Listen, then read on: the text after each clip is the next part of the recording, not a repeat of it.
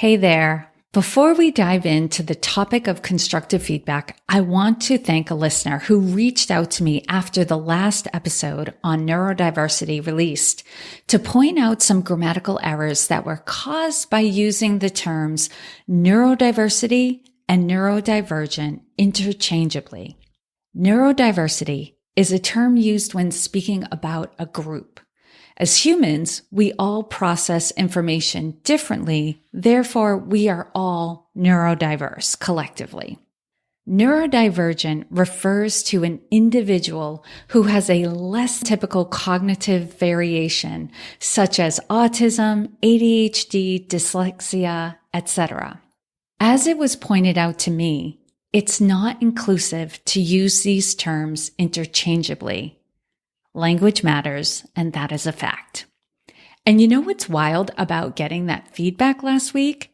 Was that this week's episode is on providing constructive feedback. Lynae Remondino and I recorded this episode back in March, and with the production schedule change due to my dad's passing, it was due to come out this week. I love when the universe conspires like that. And 3 cheers to the listener who reached out to me. She was so caring, and her message was thoughtful and clear about what was wrong in the last episode. Without her feedback, I would have been completely unaware of the errors in the last episode and would not have been able to acknowledge and correct those mistakes now in a timely manner. Do you ever find yourself struggling to give constructive feedback? It takes some finesse and perhaps a little bit of courage to face the unknown reaction from the person you're giving feedback to. Taking this conversation into the workplace, constructive feedback is so important because it helps team members to improve and grow. When done correctly, feedback can build trust and strengthen relationships. However, giving feedback can be tricky, and it's easy to fall into common pitfalls. That's why Lynae Remondino and I created this episode. She and I are sharing our insights on how to give feedback that is specific, timely, and actionable. In this episode, Lynae and I are discussing the importance of setting clear expectations and building trust before giving feedback, and we've talked about clear expectations in a prior episode. We talk about how to avoid common pitfalls, such as waiting too long to give feedback or using vague terms like bad attitude, the benefits of focusing on specific behaviors and their impact on the team, how to create a safe space for feedback that encourages growth and development, and the role of active listening in giving and receiving feedback. By following these guidelines, you can provide feedback that helps team members improve and grow while also strengthening your relationships with them. If you are new to the Women Taking the Lead podcast, hello and welcome. I'm Jody Flynn, and I'm the CEO and founder of Women Taking the Lead, a leadership development company that works with individuals, organizations, and boards to close the performance gap by attracting, developing, and successfully promoting more women into senior levels of leadership. These benefits are realized through coaching, consulting, leadership development programs, and keynotes. If we are not already connected on LinkedIn, please send me an invitation to connect. You can find me directly at linkedin.com/in/Jody Flynn, or you can search for me on the platform. I'm very active on LinkedIn, so I should be at or near the top of the search results. Be sure to add a note to the invitation letting me know you're a listener of the podcast. I would love to connect with you and get to know you better.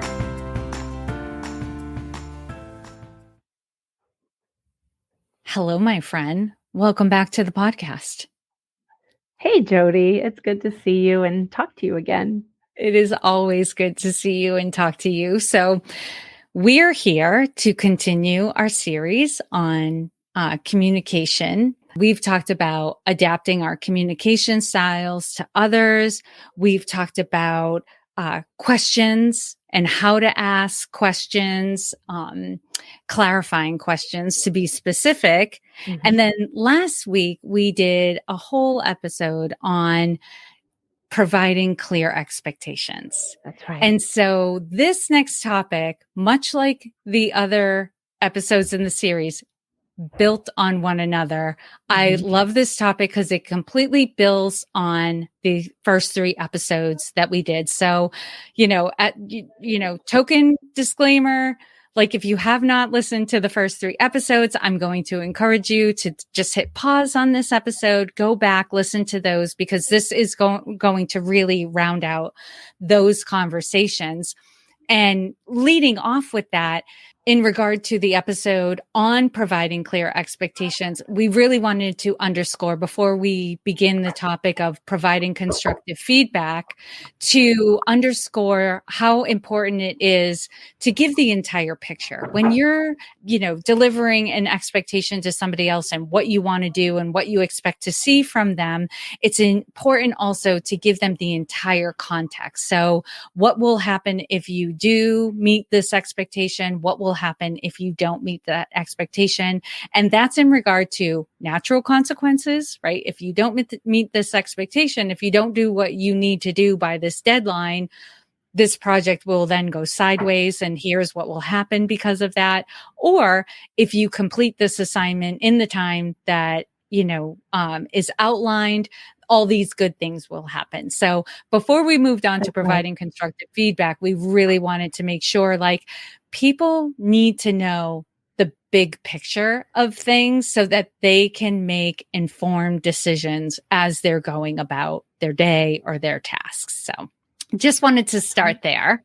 And so why we are here after first laying the groundwork of setting expectations is now you can provide feedback, right? Like Lynae over and over again in the last episode, if you've listened to it, said, she talked about alignment. Like first you got to set the expectations, ask those questions, make sure they understand, make sure everyone's on the same page, have them thinking through how they're going to do things and what they want, how they want to meet those expectations. But then you have to go back. We talked about accountability. You got to go back and make sure, are we still in alignment? Like, how are things going? Were my expectations very clear? Lynae, anything you want to add on that? Just the trust that I think we also spoke about, that really it's how have you established a trusting relationship with your team members first and foremost while setting those expectations so that you can get to alignment and accountability. It's a key component. And it's a huge opportunity. You were discussing this before we hit record. If you don't mind, like really underscore, because you do this all the time. And so, and just like in clear disclosure, Lynae does this on the job all the time, whereas I train and talk about it. So the way we're doing this conversation is more, I'm going to be interviewing her and get boots on the ground, reports on how to do this well. Because in talking to Lynae, right, you can be really informed about a topic. And then when you talk to an expert, you're like, yes, yes, yes. You really know what you're talking about. So I'm going to guide her, but Lynae's really going to take lead on this. So tell us about the opportunity of giving constructive feedback. So we see the opportunities for many leaders, and it's no surprise because there are so many things to consider. As we were talking about pitfalls and the things that get in leaders' way and why feedback can sometimes be such a challenge for leaders to do it successfully. I think that's why we wanted to come together to do this episode. But we don't consider those things often enough. And potentially as leaders, we don't lead in to prepare ourselves better. So just like setting expectations, all leaders need to evaluate their own actions and their delivery for giving the feedback, because that in tune can set the tone for the team member and how they're going to show up. So there's a lot of accountability on leaders' shoulders to do this. Yes. And as with anything, nothing teaches us better than experience, right? It is truly the best experience, or I should say the best teacher. These episodes, as always, are in the spirit of well, let's just give you as much information as possible so you can try it out. Mistakes will always be made, or maybe I shouldn't even put it as mistakes, but there is learning to be had as we're trying out different concepts and ideas and suggestions, but so you will get more information once you start enacting some of these things. But this is done in the spirit of it's information, it's a resource, you can come back to it, and, just in the spirit of wanting to set you up for success. So yes, as Lynae said, we're going to be talking about a lot of pitfalls, which can sound really scary, but rarely does one leader bump into all of these pitfalls all at the same time. It's really just, hey, just be aware of these things, because this is where other leaders who've come before you have gotten tripped up. So if you know to avoid these pitfalls, you'll be more likely to make your own mistakes, right? And That's mistakes right. that feel good for you. That's right. So Lynae, before we jump into that, let's take a step back. Let's start big and then narrow in. So let's start with, what is constructive feedback? You know what's interesting to me, and I don't know if you feel this way, Jody, but the minute you say constructive, it's negative. And a lot of people think of it that way. But what's interesting is, unless you're counseling a team member for not having the will do, can do, the ability to do the job, it should never really be counseling. It should always still be supportive. And I think that in itself is a pitfall, and we'll get to that later. But I think that there's something there about understanding constructive feedback is still supportive feedback. So we want to help a team member identify solutions to an area of an opportunity for them. And I think it's key that they understand that this is us doing it with them, beside them, with positive intentions, with us building trust and understanding that we are hoping to enhance something, whether it's personal or professional growth, or it's a task or a project that they're working on. And it's also important to note that feedback is nothing but one person's perspective and sometimes an opinion. And we need to help share those perspectives and those opinions. And if you're doing it in a trusting environment and you have shaped it with positive intentions and that you're doing it supportively, then typically it's received a lot better. But that constructive feedback, it really is about helping somebody identify an opportunity that we are witnessing, seeing, hearing, that we want to help them avoid a negative impact for themselves or for others. Right. Or just improve, right? Get better. That's so right. Their job is easier, like what they do, right? Because if you can help somebody improve their performance and how they do things, they're less likely to run into obstacles and friction and that sort of thing. And I want to go back to what you said about how constructive feedback is perceived as negative, but the word constructive means to build, right? It is a positive word. Here's where it goes wrong. One too many of us have heard somebody kind of come up to us like they have good intentions and they're like, can I provide you some constructive feedback on what you did? And you just can feel the let's use that term, a misalignment between what they're intending and what they're saying, right? They're saying that they have good intentions and they want to help you and that sort of thing. But really what they want to do is point out that you messed up. Right. And that's why this is so important for leaders to understand this, because how they start that conversation, how they share that in that realm is immediately going to set that tone. And so when somebody does that, you're like, okay, oh my gosh, where's this going? Why? Right. Instead of we make it a thing, we make it a big thing. And sometimes it often doesn't need to be.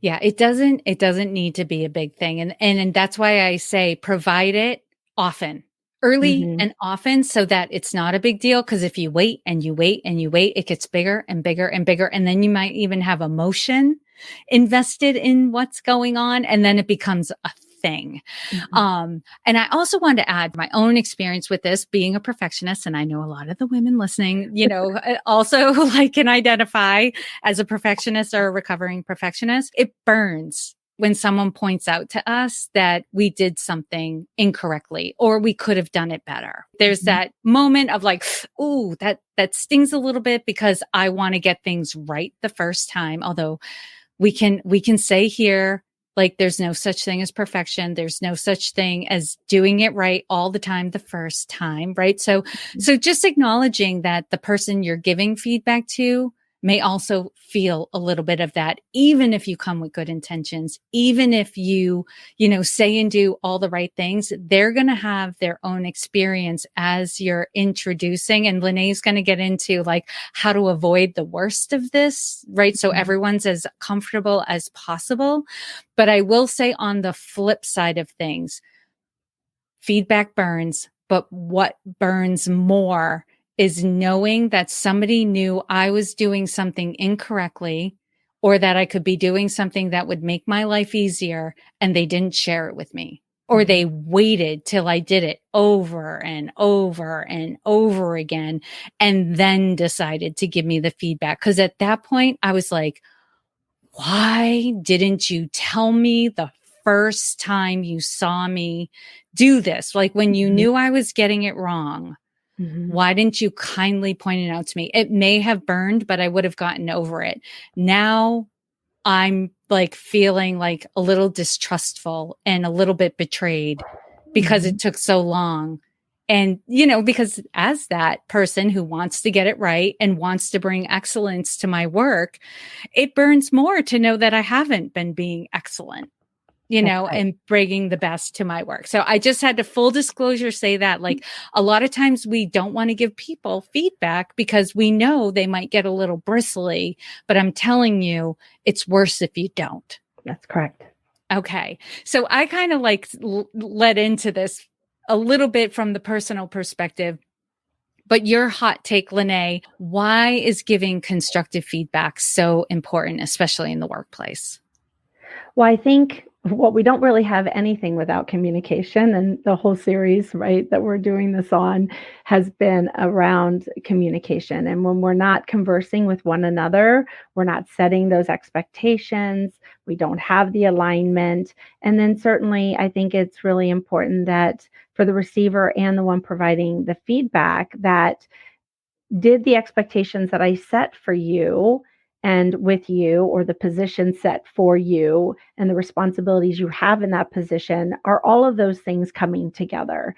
Mm-hmm. And when they're not, or when the expectations weren't clear, or when something goes awry, have we really done our due diligence in helping level set one another and Mm-hmm. what we need to do to help that individual grow in their role?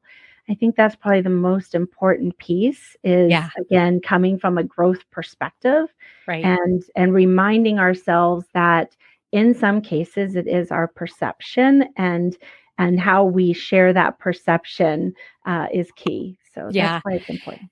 And correct me if I'm wrong, because as you're saying this, these conversations often become an opportunity for the leader, Mm, who had provided originally the expectations, giving feedback on how somebody is doing or whether or not they're meeting expectations.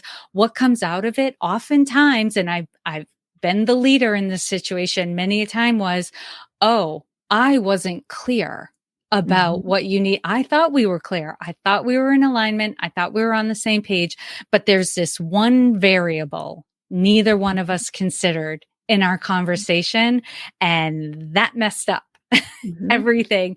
So this is really an opportunity. Like you said, that alignment, it isn't always like me, Jody, saying to you, Lynae, hey, I told you to do A and you did B. What happened? And Lynae going, oh, I am so sorry.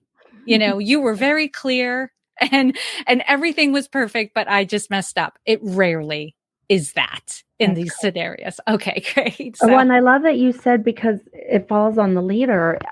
Everything about this falls on the leader. mm, But where it can be damaging is when the leader doesn't realize that. And when the leader doesn't maybe take a step back and really lean into themselves to say and be self-aware to say, how could I have done that better? What could I have done differently? What do I need to do? Because I think we've spoken about the only thing that we have the ability to change is ourselves. But often leaders put a lot of expectation on their team members to make these changes in their behaviors or otherwise, but often don't see or aren't open to seeing what they do that created an environment with the power that they have, whether they see that power or not. Immediately, there is a power shift in the room when it is your leader giving you their perception or their opinions. And so it's important that as leaders, we're mindful to that first and foremost.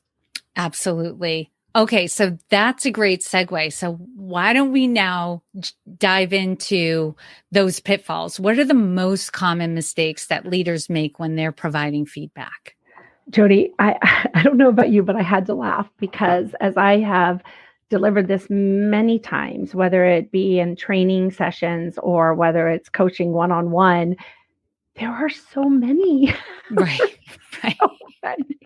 Don't be scared, everyone. Don't be scared. But there are so many places. Yeah. Yes. And you said something earlier. You kind of a caveat that not many leaders do a lot of these at the same time or incorrectly.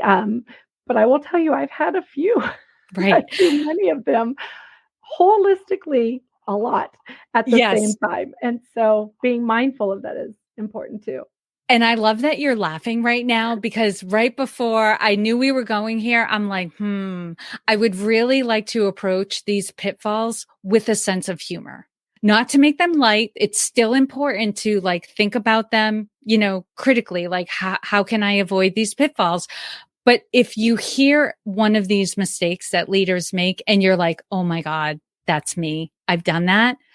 Let's bring a little bit of levity into it too. Let's laugh. I am a believer that we can get through anything with humor, right? And we can recover from anything with humor and get alignment back with humor. So let's share these pitfalls with a little bit of oops. And if you've ever made this mistake, right? Okay. And it's funny because if we think about our team members and that we've ever made these mistakes with some of them, they may not be laughing in the moment, but I'll tell you what, I know myself personally, years later, I continuously laugh in my head about some leaders that I've had and how they've approached things with me.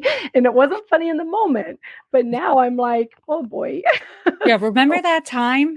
Yes. Right. And then we get to use them in these kinds of sessions and talk about it, which is really, again, really kind of funny in its own self. So learn from our own mistakes. That's right. That's right. Okay. So what do you got for us? Yeah. So I hear, in fact, just last week in a coaching session, I heard this one, which is leaders that want to do the sandwich effect with positive and constructive, all wrapped up into a pretty picture. Okay, I'm going to jump in here because I'm still hearing people talk about this. I listen to other podcasts and there are still people who are so you start with something positive and then you give the not constructive, but critical feedback. And then you end with something positive. So they feel good walking away from the conversation. But how many of us have felt good walking? No, that's the challenge. And I think it's important to note when we're sharing some of these pitfalls that why, the why, some of the why behind the what. And so in this case, I think it's important they know it's confusing for the receiver. You're good, but there's constructive, but no, you're really, really good. And so what is really my messaging and what is the clarity that you're needing me to work on as a team member? And I think then typically this, whether we own it or not, I think this is more of a supportive approach for the leader than the receiver. It's we're building these buffers because we want to be so kind. So we feel better. Yes.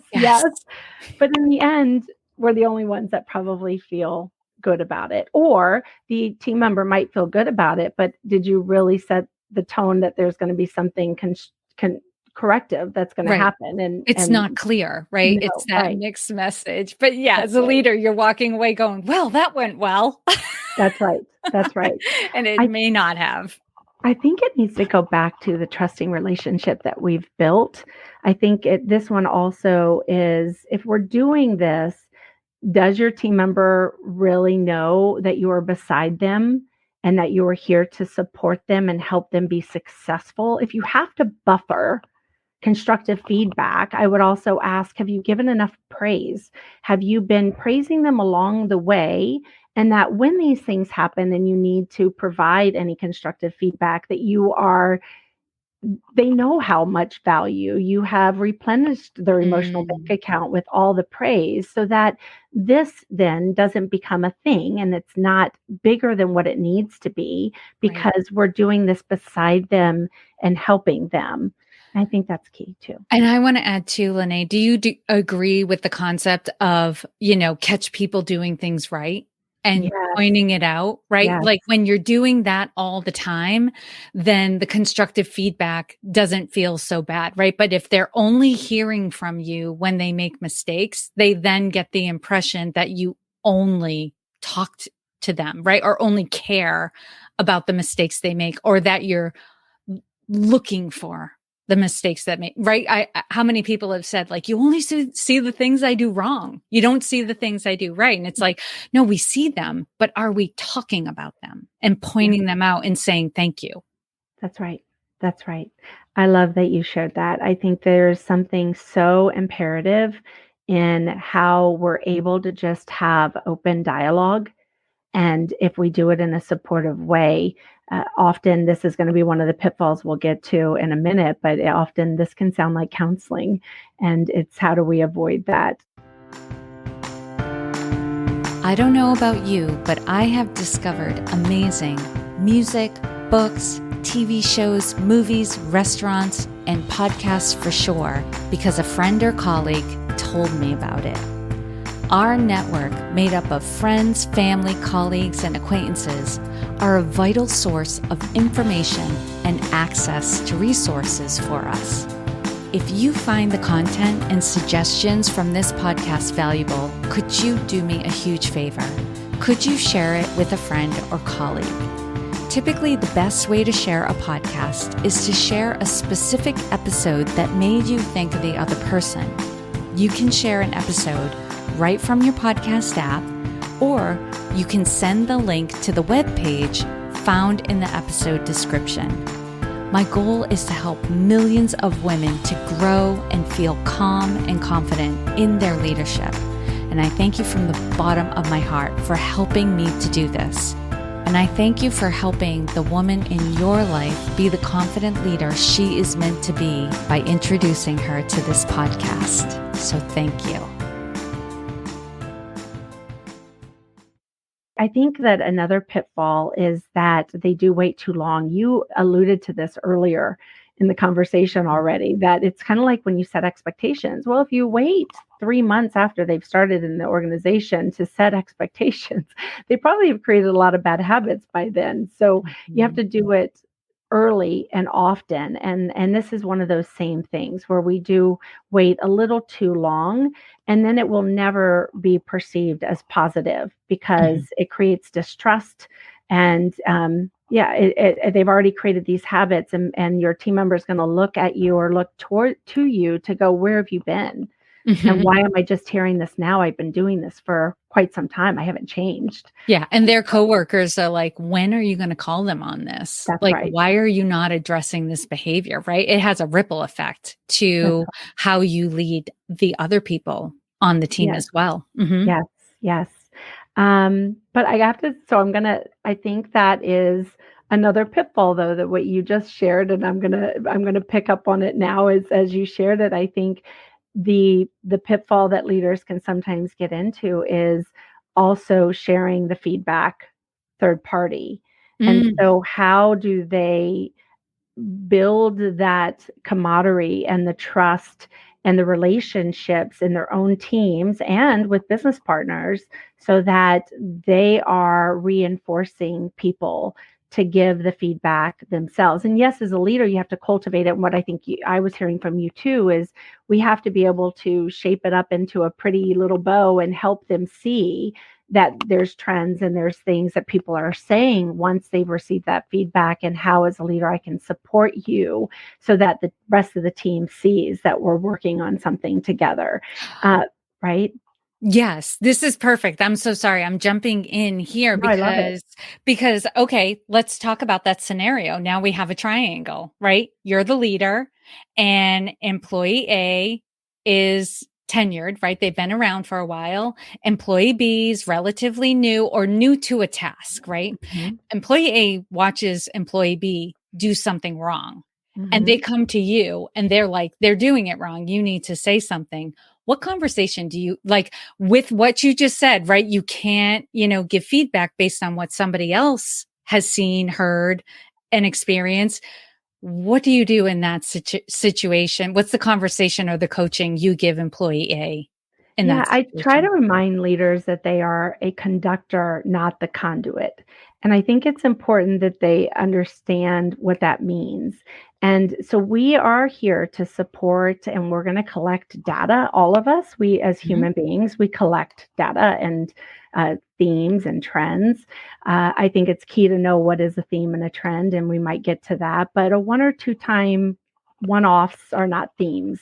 But I think it's important that when you have a team member that comes to you, it's how are you guiding that team member to address it? So it's also important to note that helping somebody through a task is very different than helping somebody behaviorally.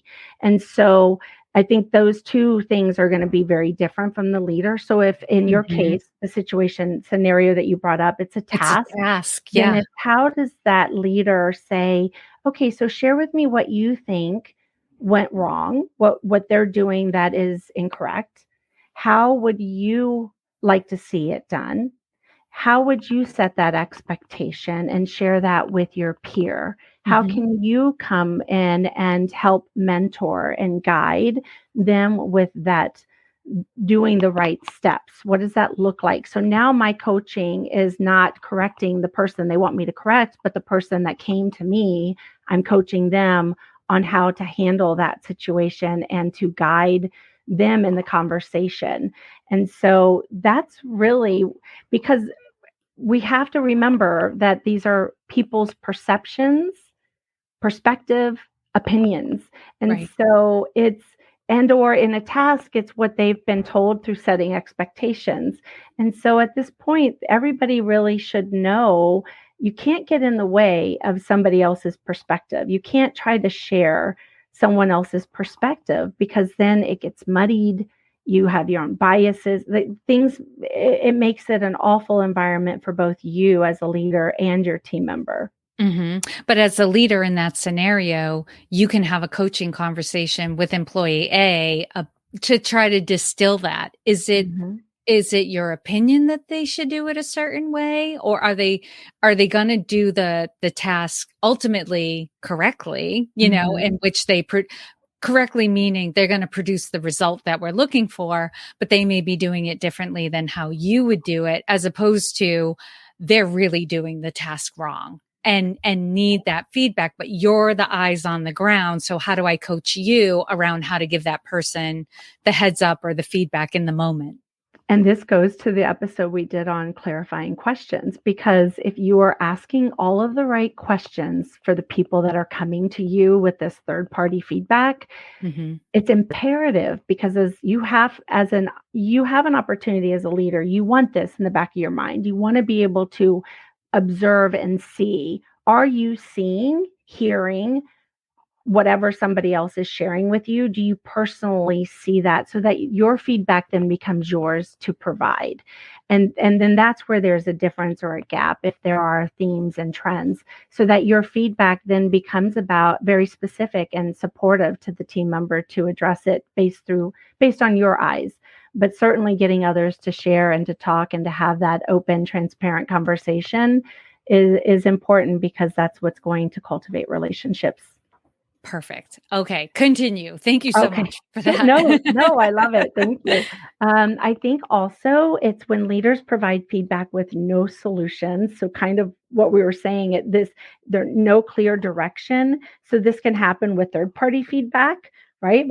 I don't know. Somebody came to me and they said that you do this, but I've not really seen it. And leaders won't say that maybe outright, but the reality is when they don't have solutions or clear direction for a team member, often it's because either A, they haven't observed it themselves, or they don't really know how to help guide the team member to do it better or best. And that's a dangerous place. And you said it at the beginning, how especially as women, we want clarity. We don't want to mess up. We want specifics. We kind of yearn for that.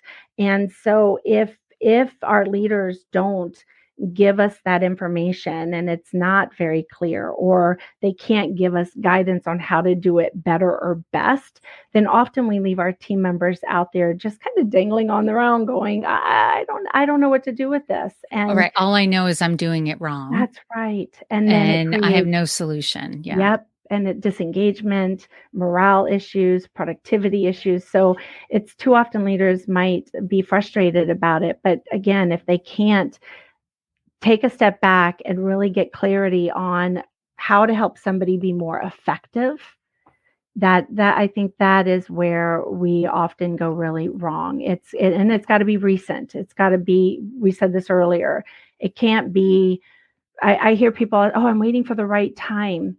Well, is there ever really a right time? So it's, yes, you don't want to do it if you know things are going on in their lives, etc., in the first few days, but you wait longer than 2 weeks. And then unfortunately that person's moved on and they can't follow the lead anymore on what you're really trying to have them be reflective on.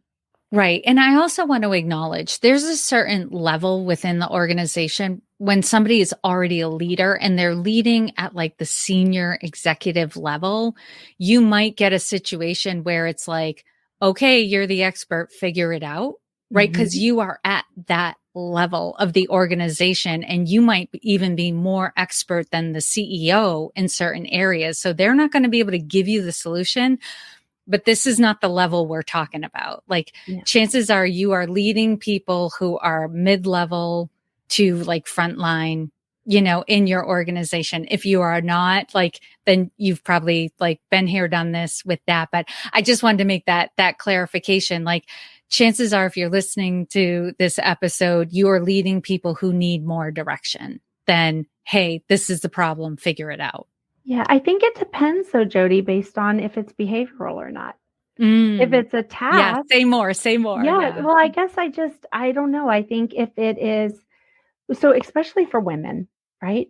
So we talk about this, you and me, and your podcast, women taking the lead. So as privately, but not anymore. Yes. Right. Here it is, everybody. But there is something to be said about as we try to go up the chain and like we really want to get to that C-suite, or we're doing everything that we can, but sometimes this one behavior might be holding you back. And yet if you have a leader that doesn't know how to help you overcome that behavior, or isn't your advocate in helping others understand where that behavior might be driven from and what could be some of the cause and effect. Everybody takes some level of ownership, right, in people's behaviors and how people show up. And so that's where there's a win-win for an organization. And when a team member feels most supported is when a leader will hear them out and understand this is what's causing some of this. And then how do we work together to reshape that narrative, or what are some key things that I can try on that maybe it's just I need a different lens for those individuals that are at the seat of the table that I maybe have never experienced before. That's a great example. Okay, so in my example of the senior leadership, it would never be within a scenario. So if you're listening to this and you're experiencing this, we're saying this should not be, should being a fantasy, but there is a better way. Right. It wouldn't be a scenario where like you're getting or giving someone feedback saying you're too forceful in your delivery. Figure it out. That's right. right? That's right. No, in my mind, when I was giving that example, I was thinking more like we need to find a way to break it out into new markets. That's Figure right. it out. Yes. Oh my God, I love that analogy. I love then this is where we do things as leaders, we tend to sometimes manage people the way we do our tasks. So your analogy is perfect where yes, okay, I can go. Google is a beautiful thing. It's my best friend. I can go out there and I can Google and like put together a plan of attack and look at what other best practices people use when it's task related, when it's specific to a role. But now we're talking about identities and people and personalities and communication styles and I mean you name it and none of that comes with a roadmap as easily as it does to say here are 5 perfect little steps of how you could roll something out to the universe. It's just different. And because a lot of this is focused on a person or some people's perception and or opinions, it's hard for people to live up to those. So if we as leaders just leave that out there and then walk away, being too forceful means what to so many different people? It goes back to you with the setting expectations and the example you gave in the previous podcast, using the words immediately or soon or all, it leaves it too open-ended. So And so vague. so vague and people are going to go, oh, so then maybe I try this and then you fall on your face again. So that's what I mean is that just at whatever level it is, when you're talking behavioral, then how do you support them with tips and guidance? And if you don't know that, then leaning on other experts that can help you help them Right. before you go into those conversations and bomb the whole experience between you and your team member. Right. And decipher, like, this is also a good place to then also, like you said earlier, is this my opinion? Do I think, like, is this a bias that I have that people should deliver communication this way and this is the right way to do it, that sort of thing? So there's I know you're going to get into this, Lynae. Sorry if I'm stealing your thunder, but like there's a lot of gut checking going on through the whole process, like really examining, like, what are the facts here? Right. Yeah. That's okay. Right. I mentioned it earlier, but another pitfall is where leaders can make constructive feedback sound like it's counseling. And so how you show up in the environment and how negative you make it, or you really need to correct this, or it sounds so negative. And if we remind ourselves that unless somebody is on a performance improvement plan or you're about to write them up, then the mistakes that team members will make are mistakes that you probably make. We all make mistakes every day. So how do we help lift each other up through those mistakes and hope that they're not repeated? And I think that that is another thing we need to consider. Something I was saying earlier is what's a theme? What's really a trend? And repeated behavior 4 times, 5 times. It depends on how often you have leaned in as a coach and as a leader to give that praise or to acknowledge where someone's working on something, or if you've dropped the ball yourself and you've waited 6 months before you've given them feedback again, and then when you give them feedback, it's 6 months later, and you've been saying they're doing well, and then they maybe fall off because they haven't heard from you in 5 months, right? That's on us as leaders as well. So it's really, again, the ownership from both parties. I love that. Okay. What else do you got for us? I told you this was a long list, right? Yes. And there's several more, everyone. So buckle up, buckle up. Buckle up. So I think that, this next one that we have on this list, Jody, it goes in line with what we were saying about themes. It's not nitpicking people. No one's perfect. So if something happens, check in, support, but be careful not to label team members on something that happens once or twice in 6 months. That really doesn't constitute a trend. And it really is our responsibility to be advocates for our team members and to help change or keep the narrative of the story about our team members positive, especially if your team member is a top performer or a high performer. I think that's where we have a tendency to be harder on those team members and expect a lot more. And that weight of the world that we can put on them. And then certainly if we don't keep that narrative positive, we can cause some damage there with somebody that we really rely on. Yeah. This one is one of my favorites. So I have a lot of favorites in here, but this one where somebody, and it goes back to our communication styles, where some tend to not be comfortable in this arena.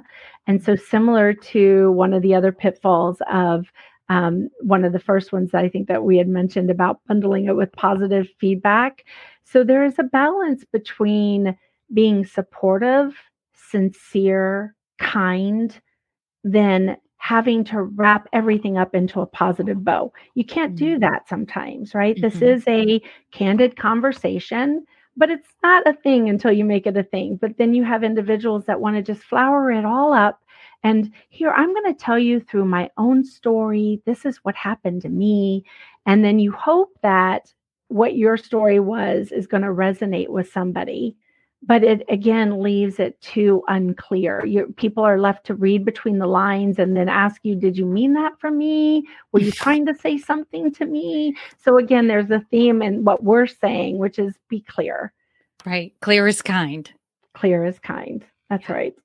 So making feedback too personal or too impersonal, again, there's a balance there. So offering feedback about the action and not the individual. Mm-hmm. So I know, Jody, for you, you're passionate as well about just really not talking about their attitude. Oh, right?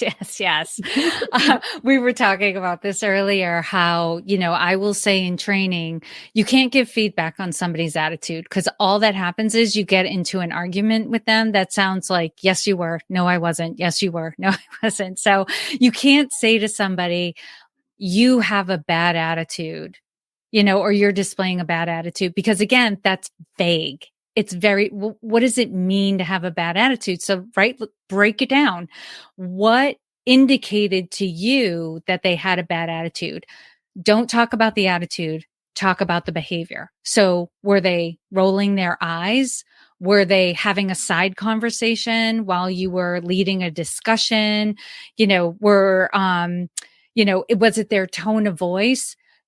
Don't use the term bad attitude. Stay as far away from that as possible. Instead, inquire like, hey, when I was leading the meeting, you were having a side conversation. I'm going to ask you not to do that because I need to make sure everybody has all the information that I deliver. And when you have a side conversation, you're not only not listening, you're distracting the person you're talking to.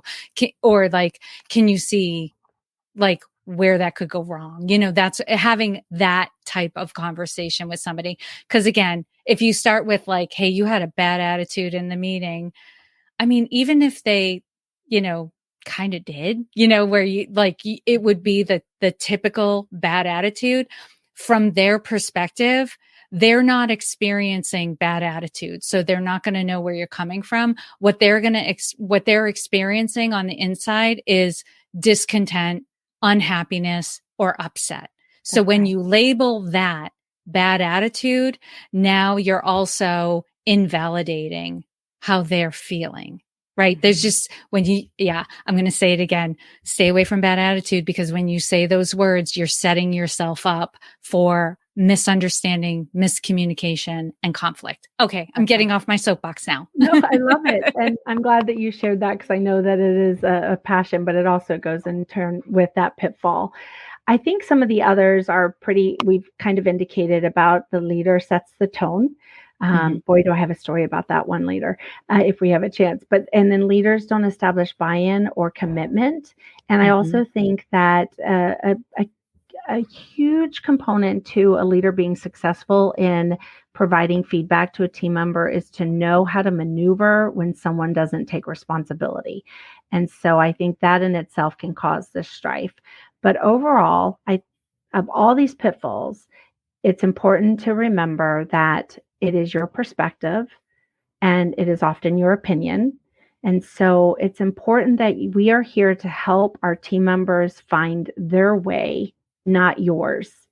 We all don't live in we don't walk in the same shoes. So how do we help them find their way and help them navigate your perspective? That's key, because not everybody's going to see your perspective as clearly as you might, especially if you're not as clear as we're saying some leaders can tend to be.